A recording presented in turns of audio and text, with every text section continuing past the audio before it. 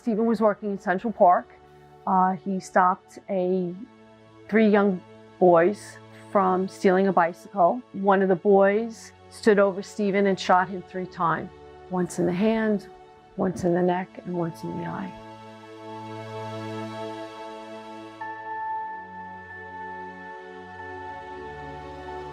He was not able to breathe on his own, so he was on a respirator, and he was not able to move from the neck down.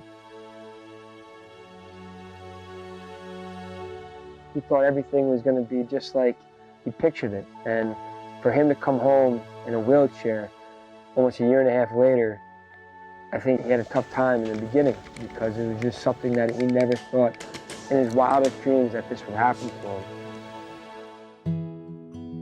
I kissed his forehead, he would kiss my forehead, and then we rub our foreheads together and we would just look each other in the eye, and we used to do that a lot because the hug was taken away from us. My father was my best friend. He was my leader. He taught me a lot about life. He gave me my values, and he gave me all the love that he had. I was extremely blessed to call him my dad. I never stopped loving Steven. You know, that never changed. If anything, it grew even stronger. There were days where, you know, I could strangle him, but we worked and we supported each other and wanted what was best for each other. I read what Steven spoke with a friend, and they put together words that Steven wanted to express to everybody about what he wanted to do, and that was to forgive the young boy who shot him. My father truly believed in forgiving the young boy that shot him, and he never questioned that. He believed that love was the way and forgiveness was an act of love.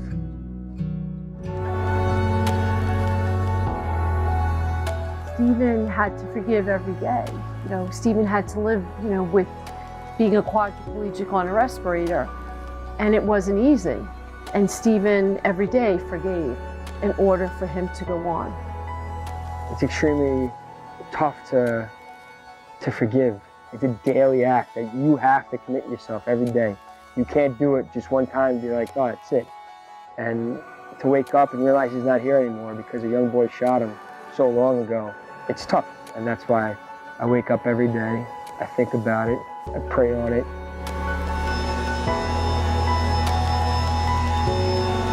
So him and my mother decided that, Steven, you have to get out of the house.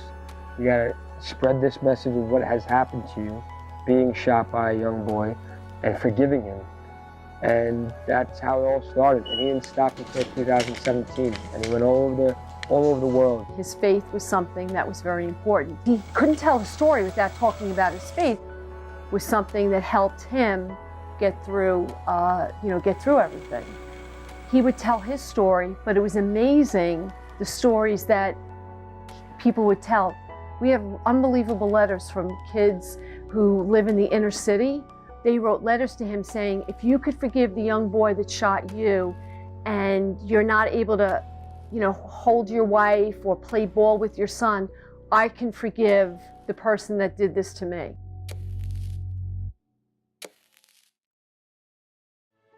Those 4 days when I was praying, there's something that I've never felt before in my entire life. You know, I made everybody go into his hospital room and pray next to him, and we'd play music, and I truly believe that there was something, you know, something higher, a higher being was in that waiting room and in Dad's room.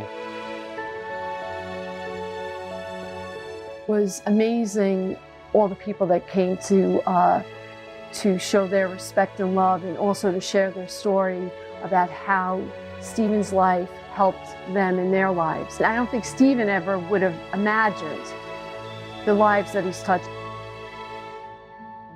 And there's times I feel something that I've never felt before, you know, and I think it's, you know, it's him telling me, pointing me in the direction that, you know, he was always wanting me to go to as a father. Like, you know, he's here, you know, and those are special times because I feel there's a purpose then for me in particular, and that he's trying to tell me to get things done.